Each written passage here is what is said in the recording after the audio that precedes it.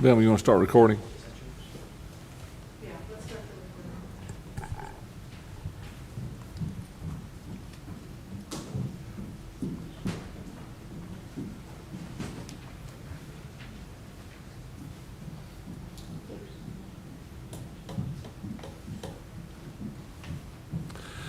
recording. Good morning.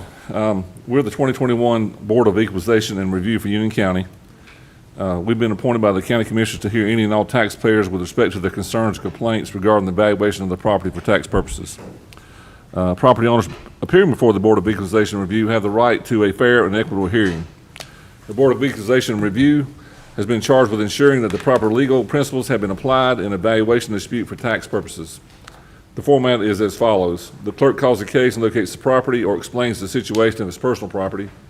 The appellant presents his or her case. The assessor's office offers defense. Both parties will be given the opportunity to review or conclude their comments. All questions from the party will be directed, from either party will be directed toward the chairman or the board. The board will rule on the case or table it and inform the taxpayers when it will be reopened. The taxpayer will be notified in writing of the board's decision. By statute, the burden of proof is on the taxpayer to demonstrate that the assessment is erroneous. Please silence your cell phones. As soon as we hear all the excuse me, we hear all the testimony from the property owners, we will enter into the deliberation phase and arrive at a decision at that time. All right, let's start the hearings. Tab number 1, parcel ID number 06201008 and parcel ID number 022010008B. Tab 1 and 2.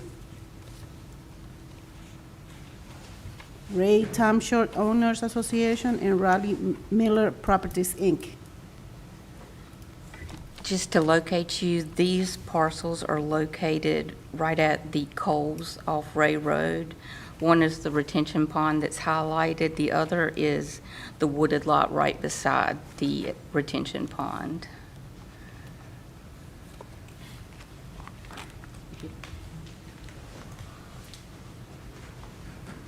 Good morning. Good morning. My name is David Miller. I am the CEO for Raleigh Miller Properties. Raleigh Miller Properties is the manager of the LLC, of the two POAs that own both parcel 08 and 08B. And these two parcels have a lot in common with each other. I know they are separate parcels, so I have many of the arguments for one will apply to the other, but I'd like to take it in the order that you've got it and then go through that if you would. Sure. Thank you for giving me the opportunity to come before you this afternoon. As you can see from looking at the aerial photograph, this particular parcel 8 is a floodway and stormwater detention space for the Marvin Town Center Shopping Center. The shopping center is 120,000 square feet, which is the limit of the total development rights that are granted by Union County for this parcel. I have a copy of the special use permit that I will give to you, as well as restrictive covenants that are attached to that special use permit. When when Union County zoned this property, it was part of a larger PUD that includes Somerset, Hunter Oak, this commercial property across the street. And as part of that PUD, there is a restrictive covenants that's on record to the benefit of Union County that's part of our special permit. That special permit limits the square footage of this shopping center to 120,000 square feet. About 2 years ago, the county allowed us to increase that by 10,000 square feet so that a existing user could expand, but it's the total entirety of the development rights has been built. The fact that this property is owned by the Property Owners Association as well as the property next to it, by definition means it is common space, common open space for the shopping center. It is undevelopable, and I have delivered to the tax assessor with my original request for adjustment copies of many other similar properties in Union County where common open space is not taxed and not assessed because the property which it serves has been taxed. Such is the case here. If you look at the aerial, there is 1, 2, 3, 4, 5 different separate parcels for Marvin Town Center. Each of those parcels has been assessed by Union County for their full value. So even though these properties use that stormwater detention facility, the value has been reflected in the various parcels where the buildings and the land is associated that has been developed for the shopping center. So if I may I approach and give a little information to you guys?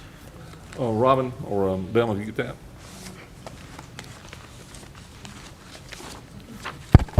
I don't think this is working, is it?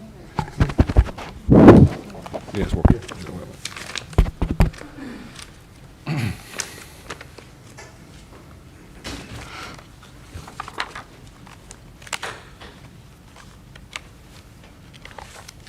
This is one of them.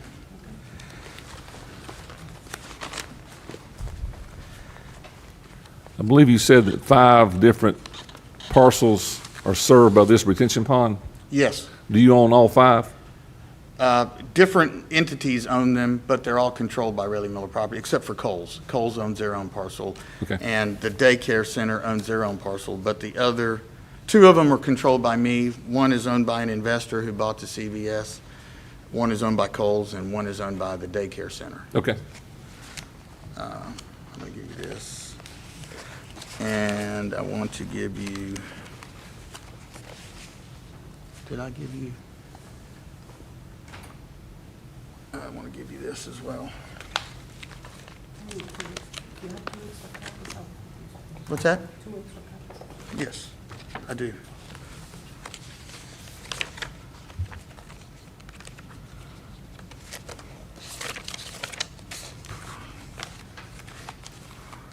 Here's 5 for the commissioners. And I'll give you the second one, but I want to refer to it right now, okay? Yeah. You need 2 more of those? There you go. And you need 2 more of the map? Let me use one to refer to, and I'll give the other one back. Okay?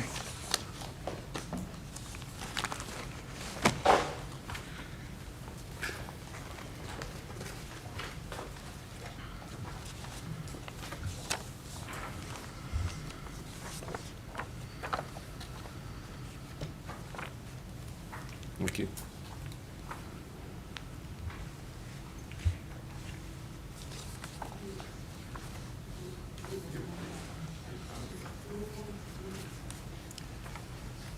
The first document I would like you to take a look at is the one that's titled The County of Union Planned Unit Development Amended.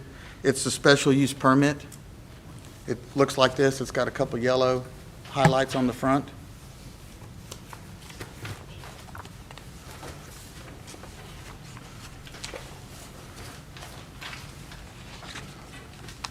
Okay. And if you turn, oh, I'm sorry, I'll wait. You say, where my highlights at? Yeah.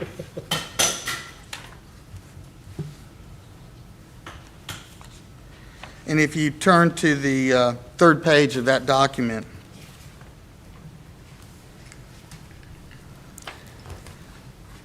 again, this is the special use permit as it was amended. It was increased a couple years ago to increase the 120,000 to 130,000 square feet. But you'll see item number 4 says the development for the entire parcel, which is 24.2 acres. That would include the shopping center, the detention pond, and the other parcel to the right of it, which is parcel 8B, comprised of 24 acres. The entire project is limited to 120,000 square feet. It has been fully developed. There are no development entitlements. And then you'll notice number 6, lot 10, the area outlined in blue is lot 9. Lot 10 would be to the right of it where the other parcel is contained. You'll see that it was the intent of the county that that parcel would not be developed. So what we have here is common open space, which is the only purpose of the Property Owners Association. It is to maintain common open space for the use of the shopping center. And half of the property is entirely in the 100-year floodplain. That's the portion to the right where basically where the 600-foot elevation is shown. And then you can see the stormwater detention pond to the left. So all the area to the right is part of the 100-year floodplain, and the part that's covered with water is detention. There's no access to Ray Road. It's just a pond, and all it does is it serves the other properties, and the other properties have been assessed their fair market value. So I believe that essentially if this parcel is now taxed and the shopping center is taxed, it's sort of double taxing the same thing, plus that property is not usable for anything because of the floodplain and the detention pond. Now, if you would, you should have something like this that looks, a couple of examples I gave to the tax assessor of other properties. I'm sure there are more than this.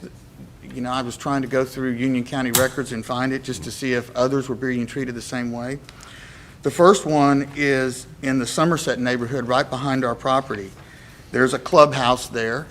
It is used by the neighborhood, and if you look at the next page, you'll see there's quite a bit of area that is considered common open space for that neighborhood, including the clubhouse, okay?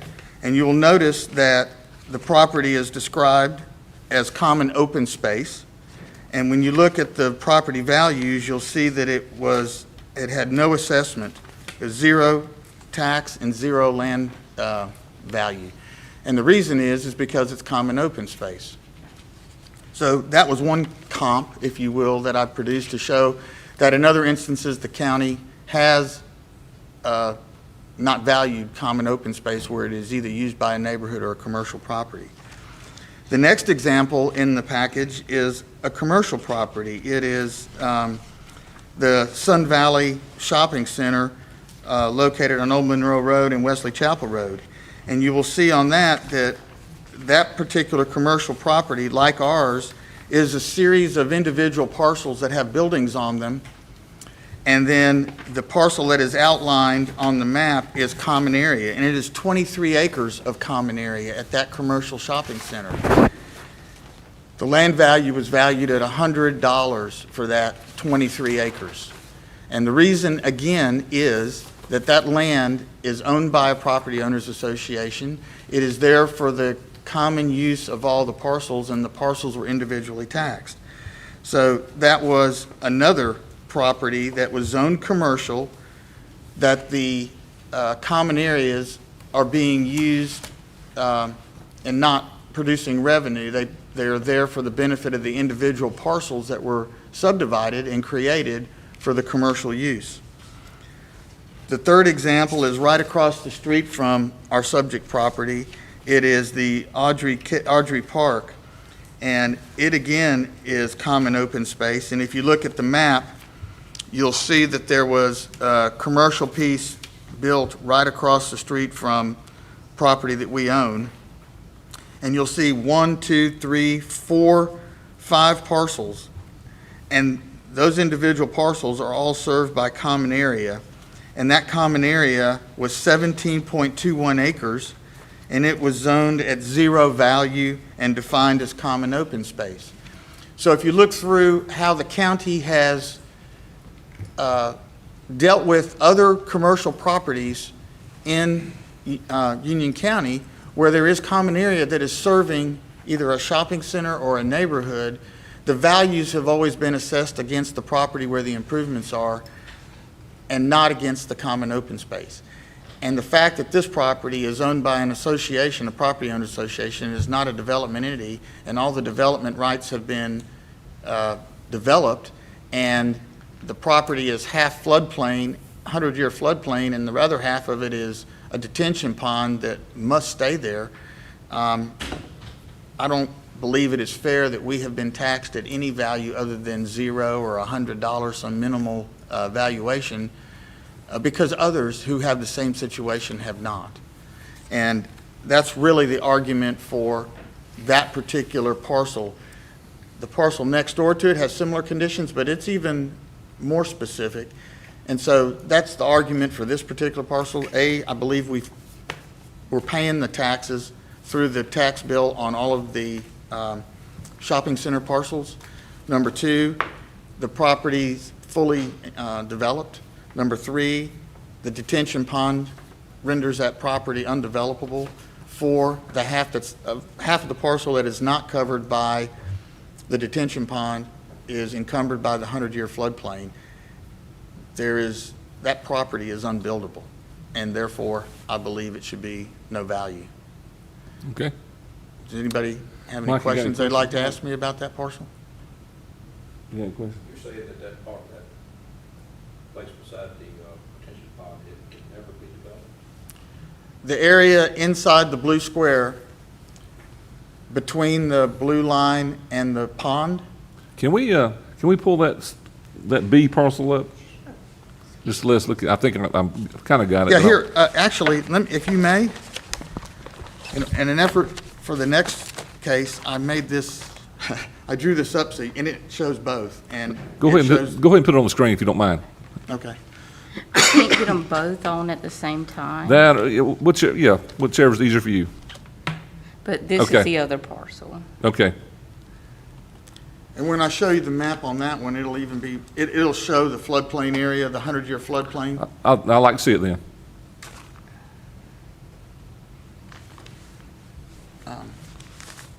Belma, can I give this to you?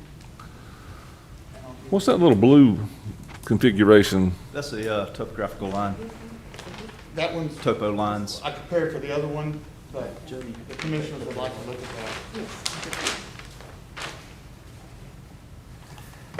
This is the recorded subdivision plat, which shows the shopping center and both parcels.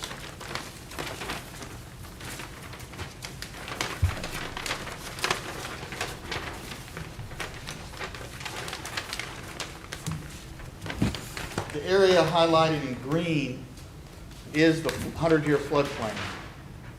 The area to the left of the green, between the property line and the green, is where the detention pond is.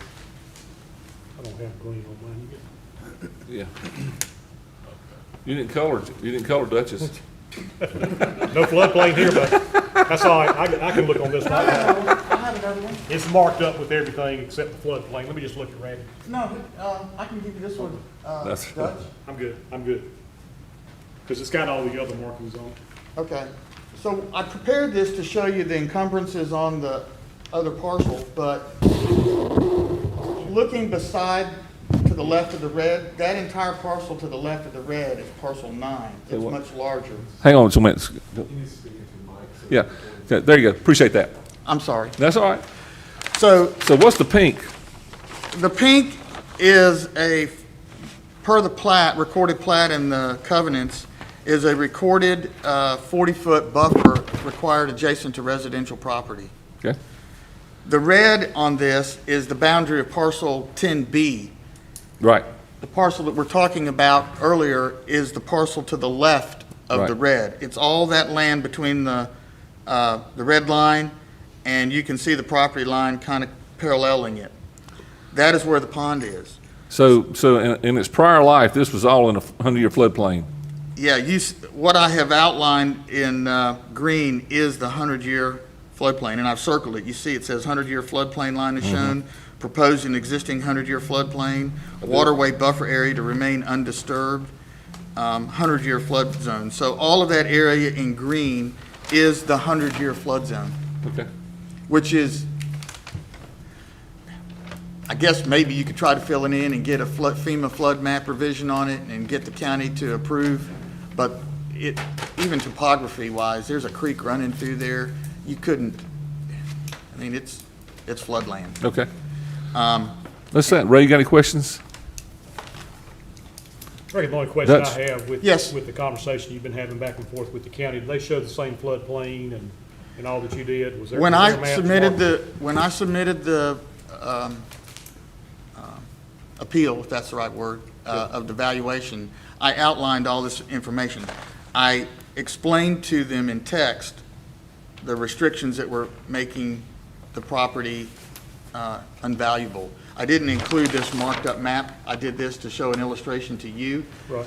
But I described in my appeal all of the reasons, as it asked me to, why I felt that the value was not. And I gave the comp information to the assessor of the other properties and how other common area open spaces were dealt with. I explained to them the zoning entitlements. I explained to them that the property is being used as a storm detention pond and floodplain. And they lowered the value, but they did not eliminate it. And that's why, I feel like that property is, from a valuation point of view, is zero for the reasons I gave you earlier. I don't have any other questions. Well presented. Well, if you don't mind, we'll hear from the county. Beg your pardon? I said, if you don't mind, we'll hear from the county now. Okay. Thank you, sir. Would you like to use this, or I'm good, thank you. can I leave my stuff up here? Yeah. Okay, thank you. I'll turn it that way. Hey Jody, is that his phone? Let me see. Sir, is that your phone? Is this your phone? Yeah, I wondered where it went. You're welcome. Good morning. Good morning. Okay, I'm going to basically talk to both of the parcels at the same time, if that's okay Sure. with everyone. Dutch, to your last question, we are giving both parcels an adjustment for flood. We actually have both parcels at only 15% good. If you will turn in your books to the Excel spreadsheet, it has the price per acre for both of the Ray Road properties compared to another retention area right up the road. If you're familiar with the Ray Field commercial development right before you get into Mecklenburg County off of Ray Road, that comp 007A is actually their retention area. We have it at $131,398 per acre, which is much higher than what we have both of these Ray Road parcels valued at. One's at $26,994 and one's at $27,000. And to Mr. Miller's point about the common area, for commercial common areas, what we look for is a declaration of condominium for the common area. That tells us how to allocate the land in the common area to the parcels it supports. I do not know of a declaration of condominium for these parcels. But other commercial properties where you see no value on the common area, we have that declaration of condominium, so we know how to allocate the value accordingly. Our stance is we feel it is equitable given the value of the Rayfield Pond and the flood adjustments. We feel the value of this property is substantiated. If I could add one other thing, to Mr. Miller's point about the property being worthless, should be no value because it can't be built on. The commercial developments, these retention ponds serve a purpose. They catch the runoff. Most all your developments nowadays have these retention ponds, so they do serve a purpose. And just to piggyback on what Jody said, that comp on the spreadsheet is just a valuation, equity. It shows equity. It wasn't a sale, and that's how we have valued all the other properties in the county. So the properties are valued, the same properties in the same situation, the same retention ponds are valued equitably across the county. And this, all the same way. Ray, you got any questions for the county? Yeah, based on what you just said, Mark, right? Brad. The comps that you have here, they have the same physical characteristics as what Mr. Miller described in his appeal on his parcels. Correct, the retention pond. And again, it's listed on the spreadsheet as a comp. It's not an actual sale. It's just an equity, shows equity. It's another parcel down the road, less than a half a mile. That is the exact same scenario in the flood zone. And they're all valued at the very poor site rating on commercial pricing. So they are priced equitably. Okay, thank you. Here you go, Ray, on the map. Dutch, This- you have anything? No, I think I understand now, because the biggest thing I was hung up on, because I think the appellant, put forward some good information. I was just hung up on why we were seeing similar type properties, I would say similar, with no value versus his having value. It all gets back, it seems like, to that declaration of condominium. So what he presented us here on this planned unit development permit, of course, this is drawn by the county.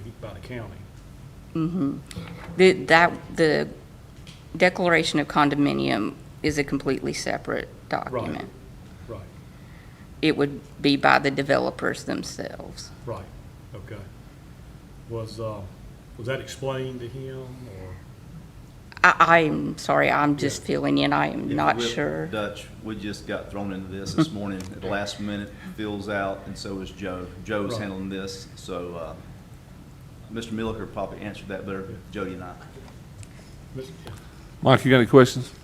May I? Yeah, Mr. Chairman, can I add one thing before we go back to the, so one of the things he referenced was the Somerset subdivisions, common areas having zero value. By law, HOA property and a residential HOA is exempt if the organization is, if the HOA is organized as a nonprofit under IRS code. That is not the situation with this property. And so a residential neighborhood is going to have zero value on common open space if all the boxes have been checked. In this case, the one he referenced in Somerset has, and so that is why there's a zero value on that property. okay. So, That's where I was getting. yeah. Okay. Yeah. And I reckon the only question I had, is there a declaration of condominium? Yes, yes, there is, sir. And I testified to that when I started. I told you there was a covenant, declarative planned unit development covenant that was mandated by Union County. It describes all 10 lots. It gives all of the criteria. I referenced that in my appeal to the county when I gave it to them. I have copies of it here for you, including amendments. There has been a total of 3 amendments to that, all of which were approved by Mecklenburg County. There is a condo regime there. It is recorded on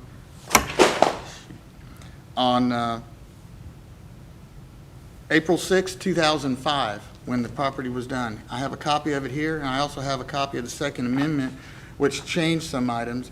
But this is exactly the document that the county is referring to that stipulates that there's 10 separate parcels, what their maintenance responsibilities are. It creates open space for Lot 9, which is this subdivision parcel.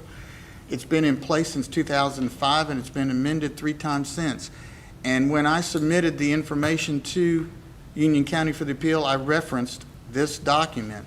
And it starts out with the special use permit, and then it goes on.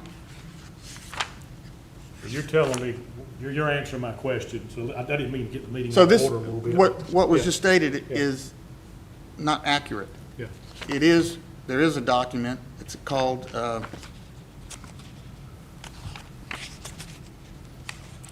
it's called the Declaration of Events, Covenants, Conditions, and Restrictions. It was put on place when this property was approved by the county in 2005. It defines the open space, it defines the common area, it defines the various parcels, and it outlines the requirements for maintenance. yeah. And we may circle back to you. I didn't mean to kind Yeah. of get Jody. The other thing, if you look at this parcel that's on the screen right now, this is one of the, I call it comps. It's one of the equity issues I gave. This land outlined in blue serves all of those commercial properties, and it was valued at the same time at 0, okay?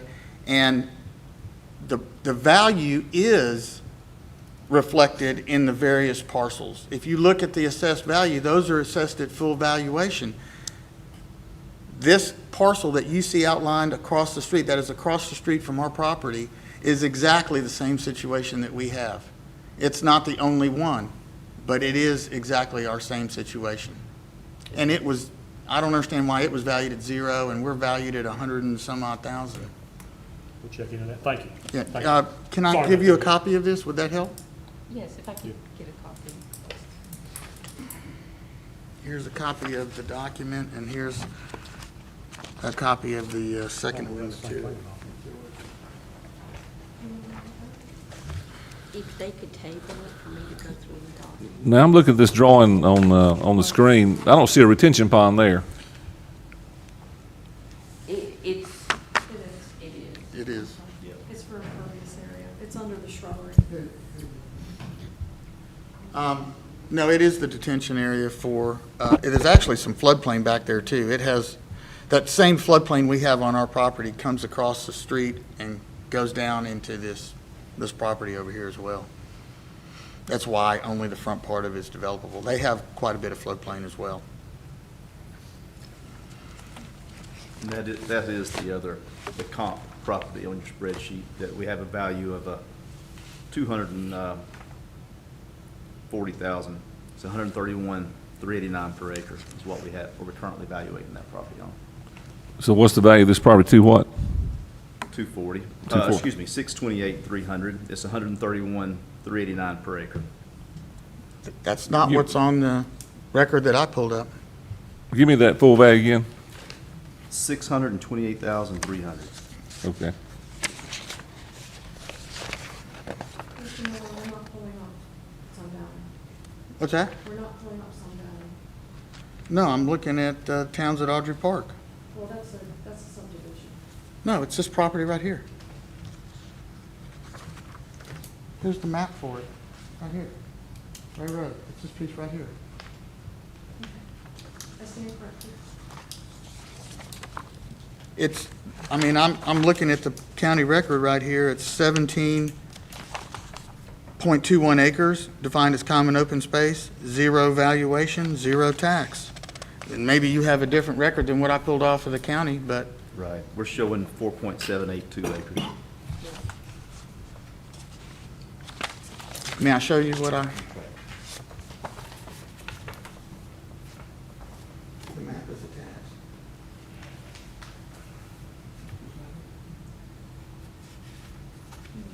No, it's just, Yeah. No, it's just one little piece here. what you're referring to here actually is part of the owned by the subdivision and would be HOA. This is part of this commercial development. On the one on the He screen. was referring to the track. Right Jody, behind. why don't you pull it up on Eagle View and show the board the track he's referred to? And it does qualify to be an HOA as part of the sub. It's the residual land that is also in flood zone from the subdivision. And that's the 17 acres he's referring to. It's part of the townhome development that's going in right beside the commercial tract. That would qualify for the residential piece. Residential, yeah. I've got my questions answered on the difference there, and we can get into a little more of it during the deliberation phase, but, yeah. Okay. Thank you. Thank you, Mr. Miller. Thank you, sir. I'm ready to go over the other parcel when you are. I think we got it. Well, the other parcel has a couple things I'd like to highlight, if I may. You sure? Can you pull that parcel up for me, by any chance?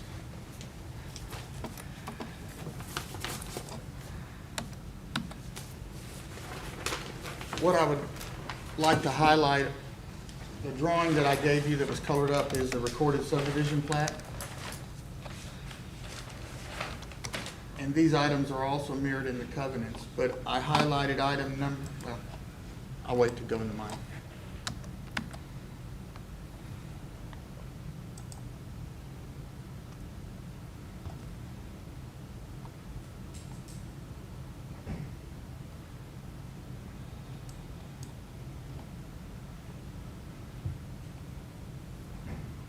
Now, are you back on The retention pond parcel or the other parcel? The other parcel. Okay. 10B. The one beside it. 10B, yes, sir. There you go. Yes. So I have shown you parcel outlined in red, which is the parcel. If you'll notice, item number 5 on the subdivision plat clearly articulates that there's almost 7 acres, a little over 7 acres in the floodplain, and that is the area outlined in green. If you look down at 14, lot 10, which is this lot, it said the side setback of 40 feet is required along residential area. That's the area outlined in pink. If you look at 15, and this is critical, lot 10 shall be accessed from the 50-foot access utility easement. No access will be allowed from Ray Road extension. So it's not allowed any access off of Ray Road. When you look at the PUD, it's also subject to the same 120,000 square foot development entitlements, which have all been built.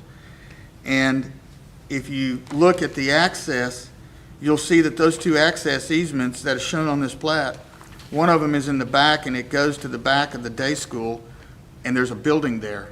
You can see the building on the aerial. You can't get to it from there. And the other access would have to go, if it happened at all, would have to go over the detention pond. You'd have to build a bridge. So what you have here is a property that is totally encompassed by the 100-year floodplain. It has sewer easements, drainage easements, side easements, and floodplain that render the entire property unusable. It does not have access to Ray Road. It doesn't have, it's landlocked essentially. So it's landlocked, it's floodplain. You can't get to it because of the sewer easements and the drainage easements and the setbacks. And if you look at the restrictions on the subdivision plat and the restrictions that are in that covenants document that I presented to you, as well as a special use permit, there's no development entitlements for it either. And even if somebody were to come back and attempt to get development entitlements, if you look at the topography, it's 15 feet down in a hole with a creek running to it. It is not developable. And I went and looked again at other properties in the county, which I submitted to the assessor, that were also described as unbuildable. I happened to include 3 of them for you. And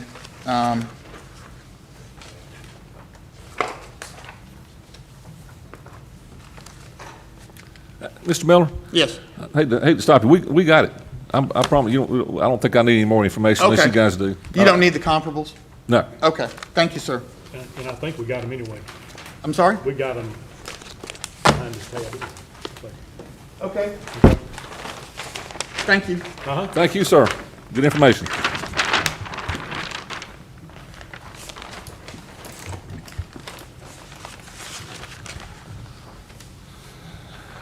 All right, Melba. Okay. Tab number 3, 4, and 5.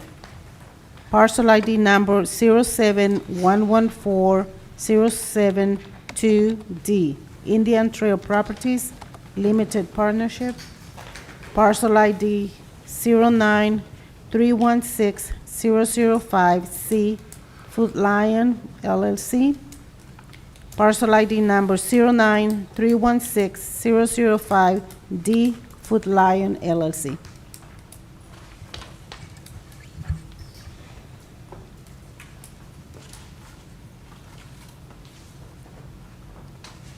All right. Yeah. You first. I'm sorry. Jody, tell them where it's at. Oh, I'm sorry. The first parcel is located off Old Monroe Road. It's the food line right before you get to the intersection of Indian Trail Road. Yep. Hello again. Hi, how are you guys? Doing fine. All right, I'm presenting basically the very same material I did the last time. Used their actual income and expense, and I'm doing the value based on income and expense. Food Line is their anchor store in this small strip shopping area. They lease 89% of the of the facility there. There's about 11% that's retail that's not, is vacant. They have this was built in 1987. It's it's an older store. And so I used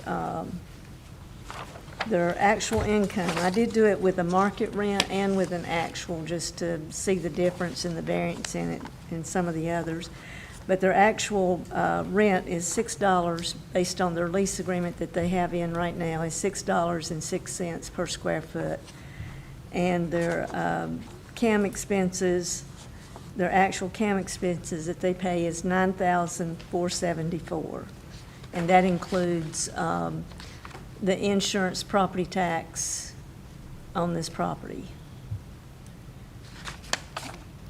And that came to a total revenue of $239,124. And these rents will cover, let's see, the lease. Let me stop you right there. Now, tell me about the income, 239, 124, what's that? Yes. That is, that's from their lease. Their lease is $6.06 per square foot. Right. And then you add in their CAM, what they're paying for their insurance and property taxes.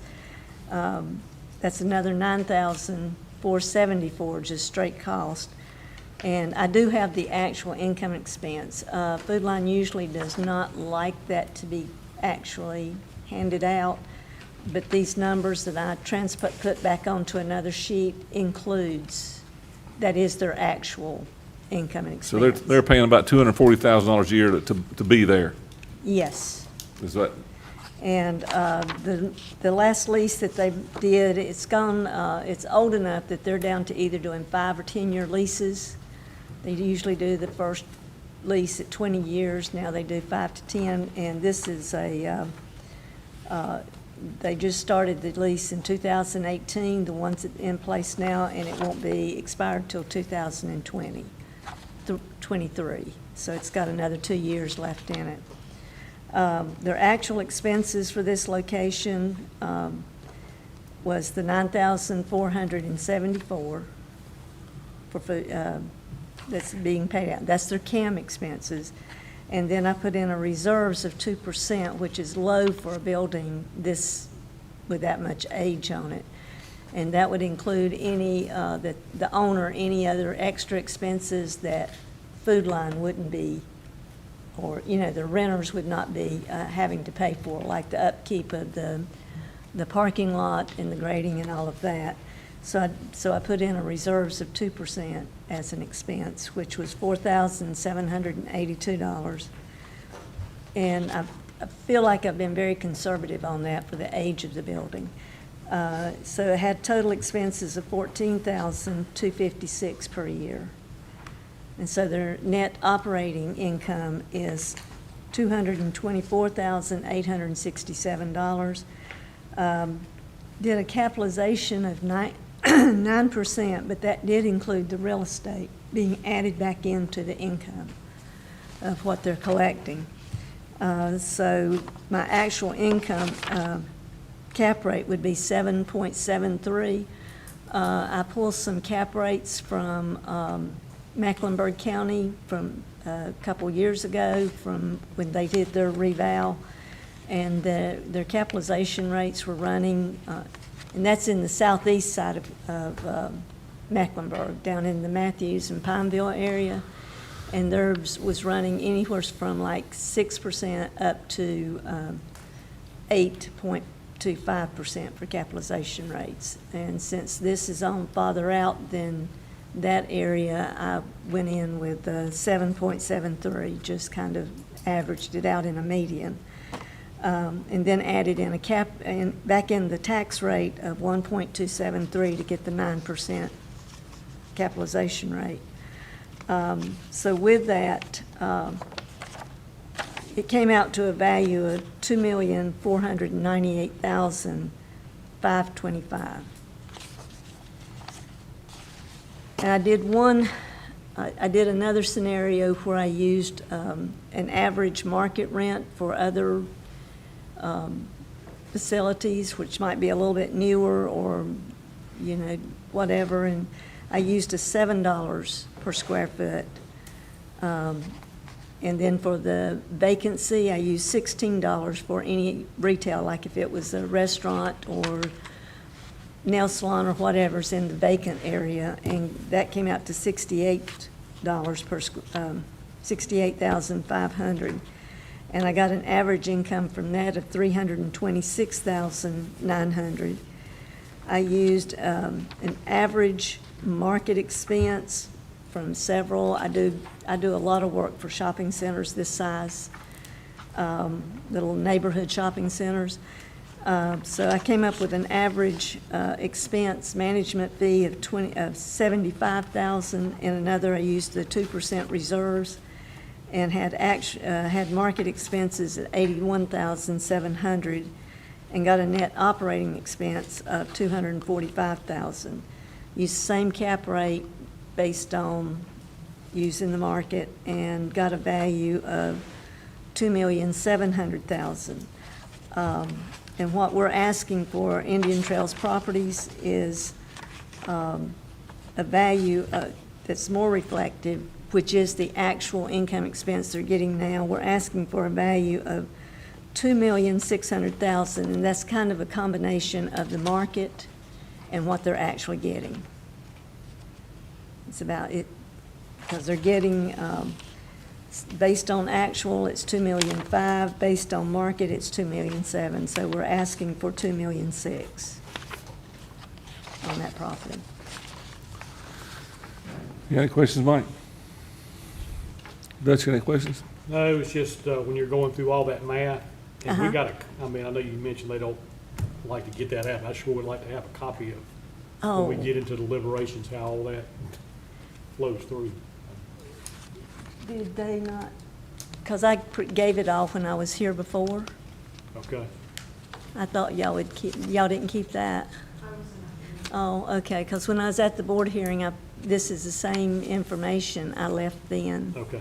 and I thought it Well, would I'm sure we be- still got it. Yeah, I can pull the minutes from there and Right. find it. Okay, That's all I I need to know. apologize that you didn't. No, I that's just- all I need to know right there. Or I'd have brought new again. Okay. So No question, I do okay. apologize. All right, well, let's hear from the county.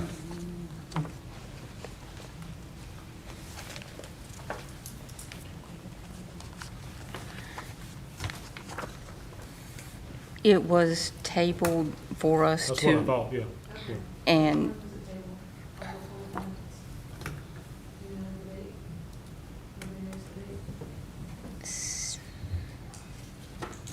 I want to say maybe the 17th, but I don't think that's right. I think they are the 20th.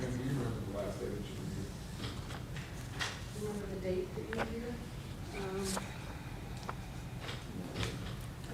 We don't have it right now. I'll go look. Rob, sorry. pull up the tracking access database, we'll have it here. May 26th. May 26th? Thank you. Joe had been trying to contact her to get more information, and we still hadn't Just can't listen to it. received that information. So we went to CoStar, which is a national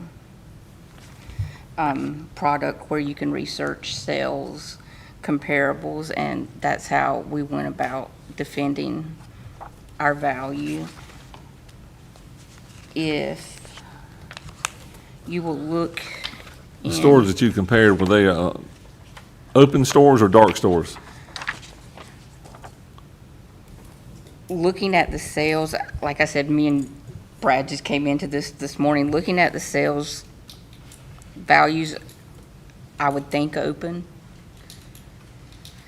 If you will look at these sheets behind either of the tabs, it's the same for the Indian Trail store as well as the Monroe store.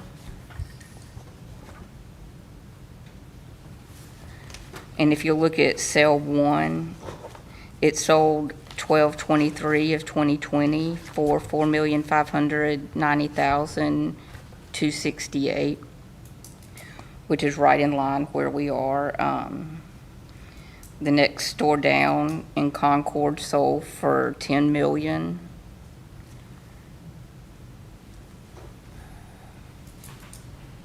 The end of the page, in Charlotte, the store sold for $5,950,000.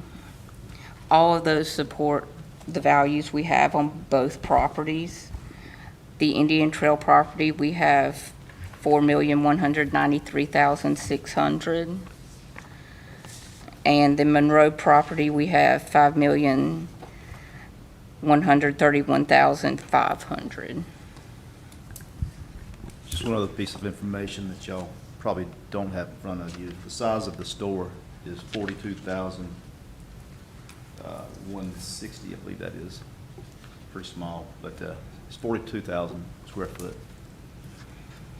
You can compare that to the sales on your spreadsheet. In a couple of these sales, I know the properties, and they are still being, they are still occupied, so they're not dark.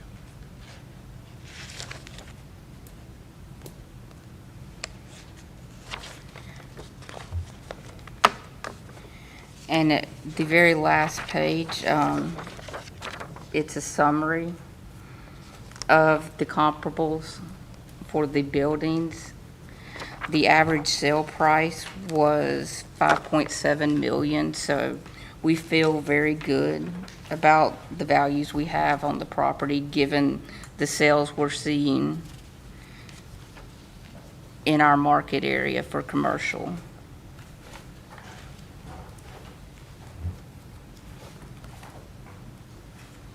I'll just reiterate one thing that Jody said. I'm not sure if y'all heard her at the very beginning, is we had not received any of this information that she presented until this moment. So that's why we went this route, to look at the comparable sales. So this is the first time we've heard the information, same time y'all heard it this morning. But the comparable sales do support our value. One telling sale is over in Anson County, and we all know the market there is not as strong as Union County market. A 25,000 square foot food line sold for $3 million, compared to this one out next to, on the western side of the county that we're discussing.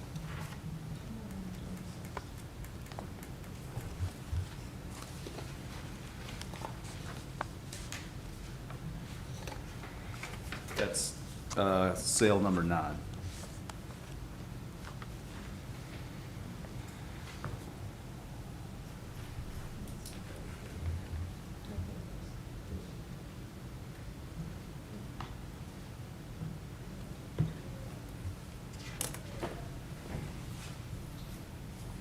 Any questions, Ray, for the county?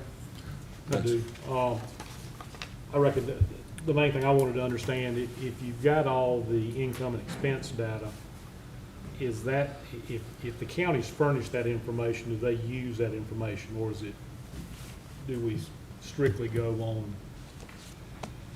Well, market data? Well, our mission is to value it at fair market value.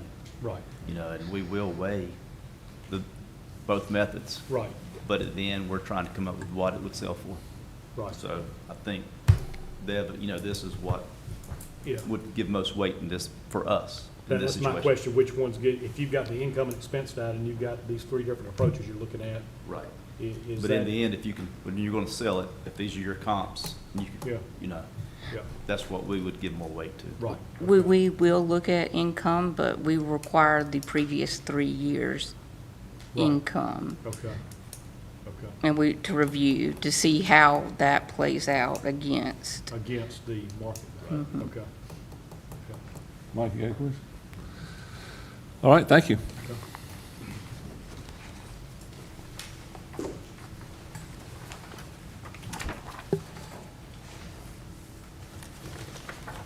Number 4, same information, ma'am? Can you pull that store up, please?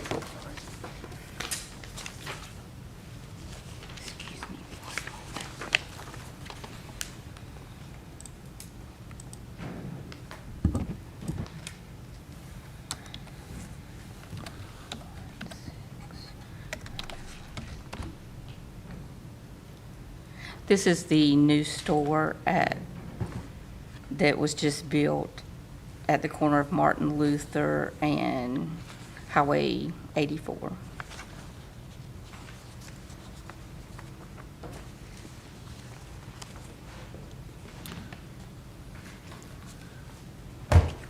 Okay, and I apologize that when I was here in May 26,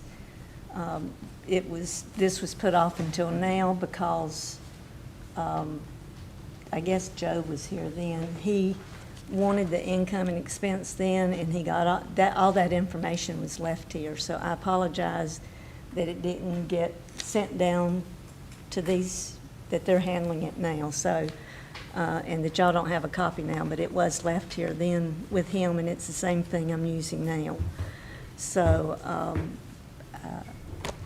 other than that, I don't know what to say to that. Well, that's right. What's your, now, so you had an opinion of the other store, 2.6 million. What's your opinion of this store value? My opinion on this store value is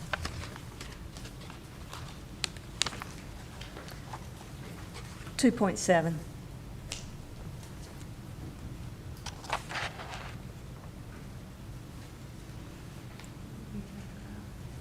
And without me looking, I know the other store was, let's see, 42,000 square feet. How many square feet Now, is that this? store had, it had 42,000 square feet, but only leased, Food Line only leased 37,000, so it was partially vacant.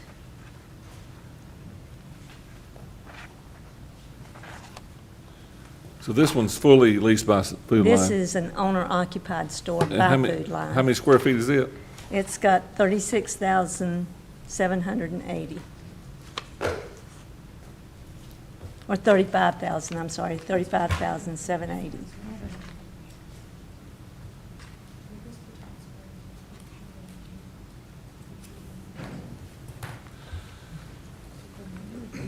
It's a newer store, and I did use a market rent for this store, based on a newer store and some of their leases that they carry now, so I used $9 per square foot on this one.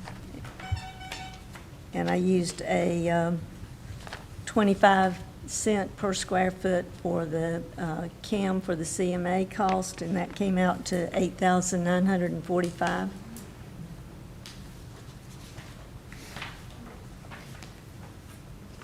So I had an average income of $330.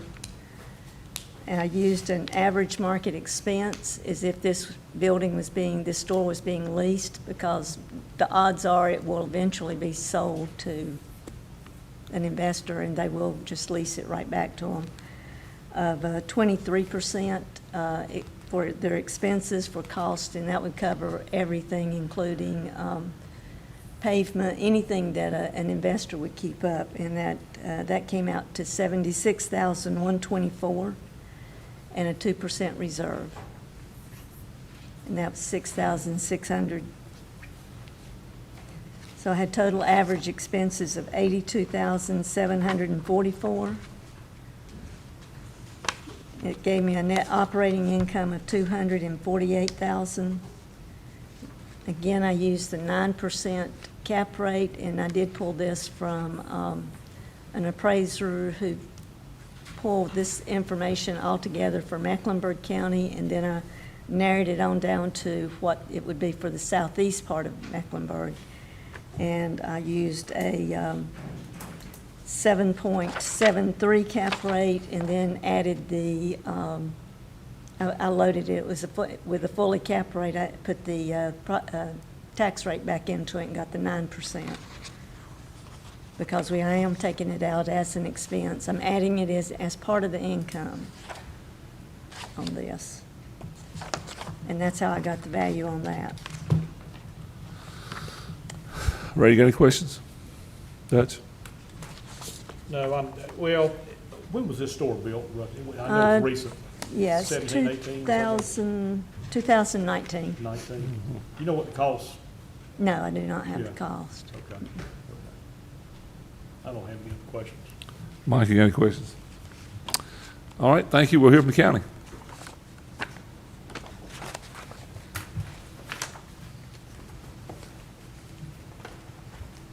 Again, we use the same sales comps for this parcel as we did the property in Indian Trail. We would need the actual store income. Right now, it's not operating as a leased property, so those figures aren't how we would look at that from an income standpoint. We would need their actual income and expense as it is at this point.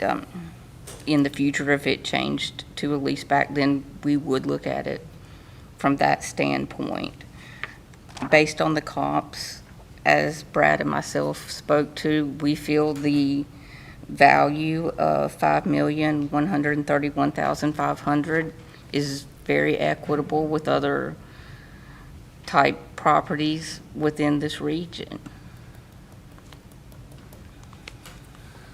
Mike, you got any questions for the county? Dutch, you got any questions? No. Ray? Thank you. While you're there, pull up this fifth parcel there or something. So I'm sorry. I'm sorry.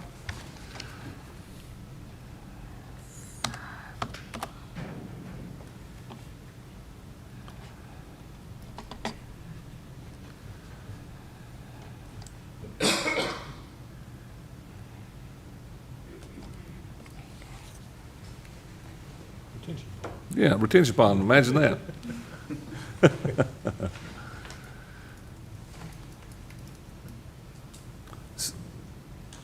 So ma'am, do you have an estimated value, what do you think the value of that retention pond property is?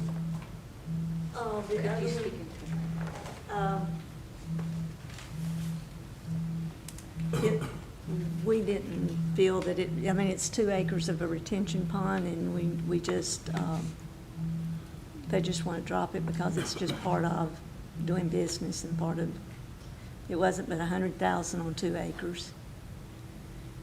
Okay, So I hadn't got it dropped. I thought I dropped it the last time, but it's still on there, so, but we're just dropping that. so you're agreeing with the value? Yeah, we're Okay. agreeing. Robin, you got that, Bella? They- It's not in the minutes. Well, they're gonna, well, no, that's right, but they're gonna agree with that value. I think that's pretty easy, yeah. Do I hear a motion, we agree with, that the value is $106,500? So moved. Second, anybody? I got a motion by Dutch, second by Ray. All in favor, say aye. Aye. Like sign no, thank you.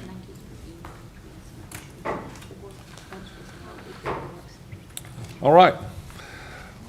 Deliberation. Parcel ID number 06201-008.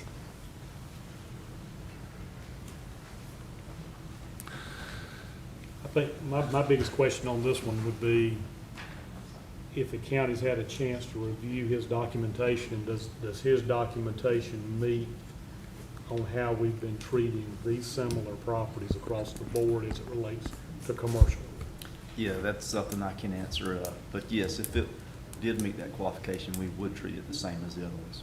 Right, so So, if the documentation that he's got is basically the declaration of condominium, which it doesn't sound like the county's had a chance to look at. Correct. The county needs to look at that, correct? Right, and you, I mean, if you, And that would be for both of them, really. right, I mean, From I'm 8 and 8B. not telling you what to do, but if you wanted to, Brad, can I speak to that? Sure. Yeah, sure. Okay, this is an ownership issue, Okay.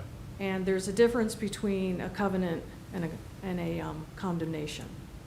And normally, as we said earlier, I think Yeah, Jody and let me spoke to it. make sure I understand it right, because that's where I was getting confused. It was declaration, was it declaration of condominium? correct. Or Right, dec- I'm sorry, Yeah, okay. declaration of condominium. That's actually a plat map that's filed with the Register of Deeds office. And it's a special, a very, very special kind of document. Right. And normally, as it states, it would be a condominium. Right. But Sun Valley used that special ownership type when they did their property. So if I remember correctly, with Sun Valley, they actually retained the land, and it's the buildings that they're leasing. I mean, it's been a while since I've looked at Sun Valley, Right. but that was a really big thing for land records to deal with because of the way that they divided out their ownership bundle of rights. Right, okay. They Now- they got creative. Yeah, Yeah. yeah, they got extremely creative. Right. With this, what Mr. Miller presented is your typical PUD covenant that says that this is what the land is allocated to do. And that's what you see in a large majority of commercial developments. It's a PUD. It's not a declaration. A declaration is almost like a platted subdivision, except it's for condos. Okay. Okay, so you have a planned urban development, you have a plat map that creates subdivisions, and then you have a declaration of condominium, which actually allocates land and air rights. Right, okay. So what he had that it appeared that the county didn't have? Well, I think, Robin, have you had a chance to look at what he had? Yeah, Okay, it's a PUD document. okay. It's a covenant. Right, okay, okay, So it doesn't allocate ownership, Right. is what the problem is. okay. It allocates use. Yeah, because to me, it was making sure that it's treated the same. Right, and in that scenario, then he's gonna be treated the same as everyone else that's like him. Right. He's gonna have, the value would stay the same from our standpoint. Our opinion of value is what we have on it right now. Right, right.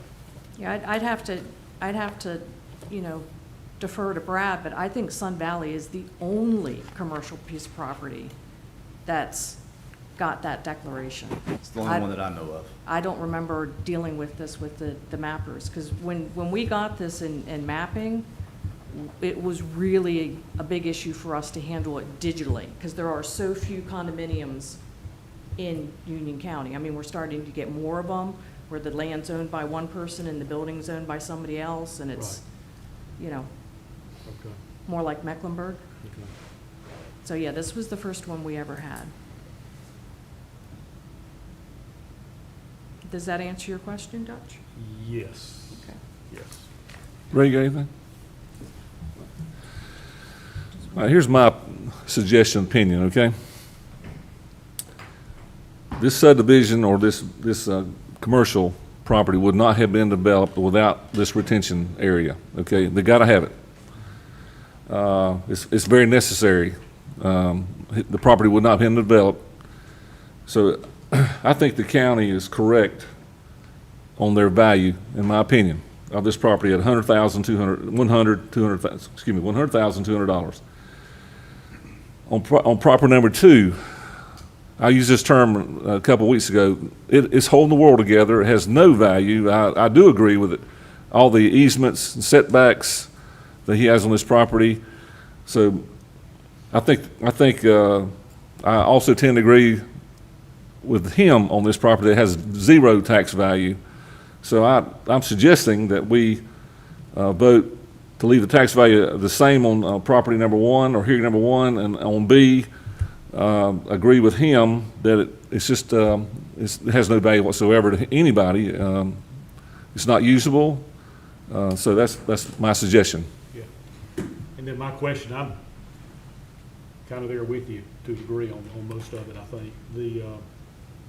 On parcel 8B, has all that been applied to that as far as it unbuildable, flood, Easements. no access, topo? We have it marked down, all right, as y'all probably aware after hearing some of the commercial hearings, that on the commercial land pricing, we'll segregate the land anywhere from good site rating down to very poor. And each one of them has a different rate per acre.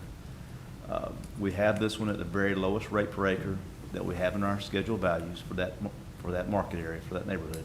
And we've also lowered the value or the acre rate down by 85%. So we've got 15% good remaining on that very poor rate. So we felt like that's as low as we felt comfortable going, being equitable with surrounding properties. So it's got the very poor site rating, and it's 15% good on top at that rate. I mean, I'd like to see it lower, I don't think it's lower than zero, but I think Well, we could. that's yeah, my yeah, suggestion. Yeah, yeah, put it down there at 5% maybe, or like 20 grand or something. Yeah, It's your, I mean, what do you think? After what he just said, I agree with you, Doug. If you move that from 15% to 5%, what does that do? Sure. Just roughly, I mean, All right, let's see where we started here. Let me find that spreadsheet, Hutch. there's nothing he could ever do. okay. Yeah.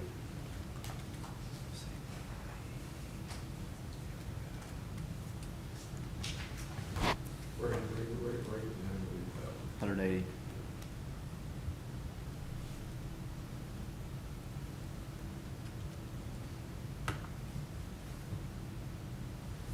It'd be 9,000 per acre. And we got how many acres? I'm not looking at 3.71. yeah. That kind of- 33,390. Yeah.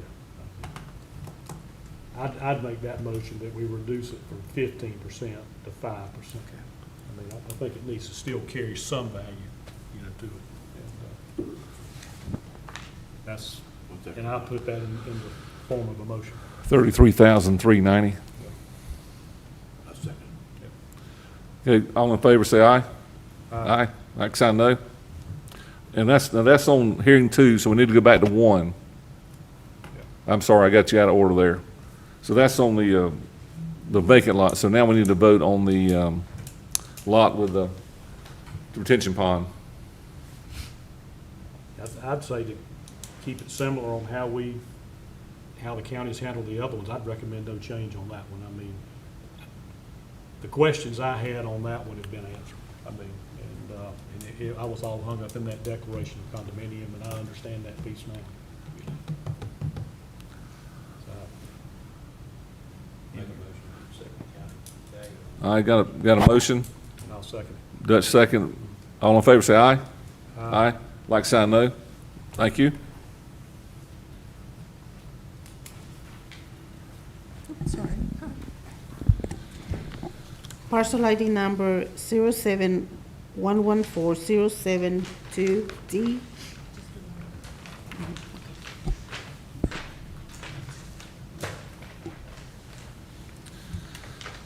A lot of information.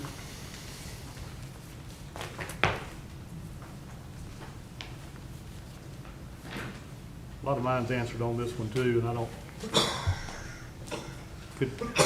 I reckon with that income and expense info, they could be at the tail end of a long-term lease too, could be part of it. On this one, they are it ends in 2023. That's the deal. Mhm. That's the,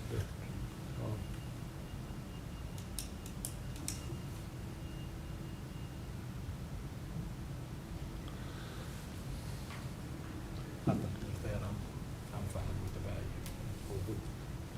What about you, Rick? I was trying to rationalize all through that. Yeah. That's all we got to do. Yeah. I'll make a motion, we remain with the county on the current value and, on tab 3. Here's a second. Yeah, 4,193,600. Got a second by Mike. All in favor, say aye. Aye. Aye. Like sign no. Thank you. Hearing number 4, parcel ID number 093160005C.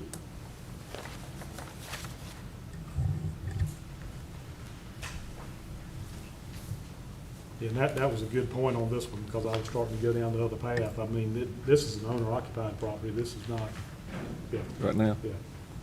And, so we've got market data to support the value. I'm fine with that number too. Make that form recommendation. Yeah, I'll make that in the form of a motion that we remain with the, value of $5,131,500 on tab 4. Do I hear a second? Got a second by Mike. All in favor, say aye. Aye. like sign no. Thank you. Hearing number 5, parcel ID number We've 0. already, we did that one. We did this one? Yeah, they voted, they elected to go with the tax value. Sorry. We're ready to adjourn. Do you hear a motion, we adjourn? So moved. Okay, thank you. Second by me.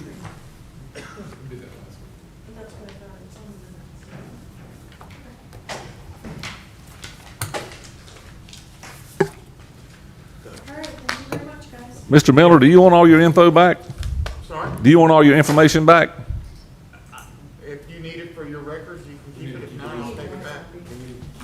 Okay. Make sure you don't keep my map.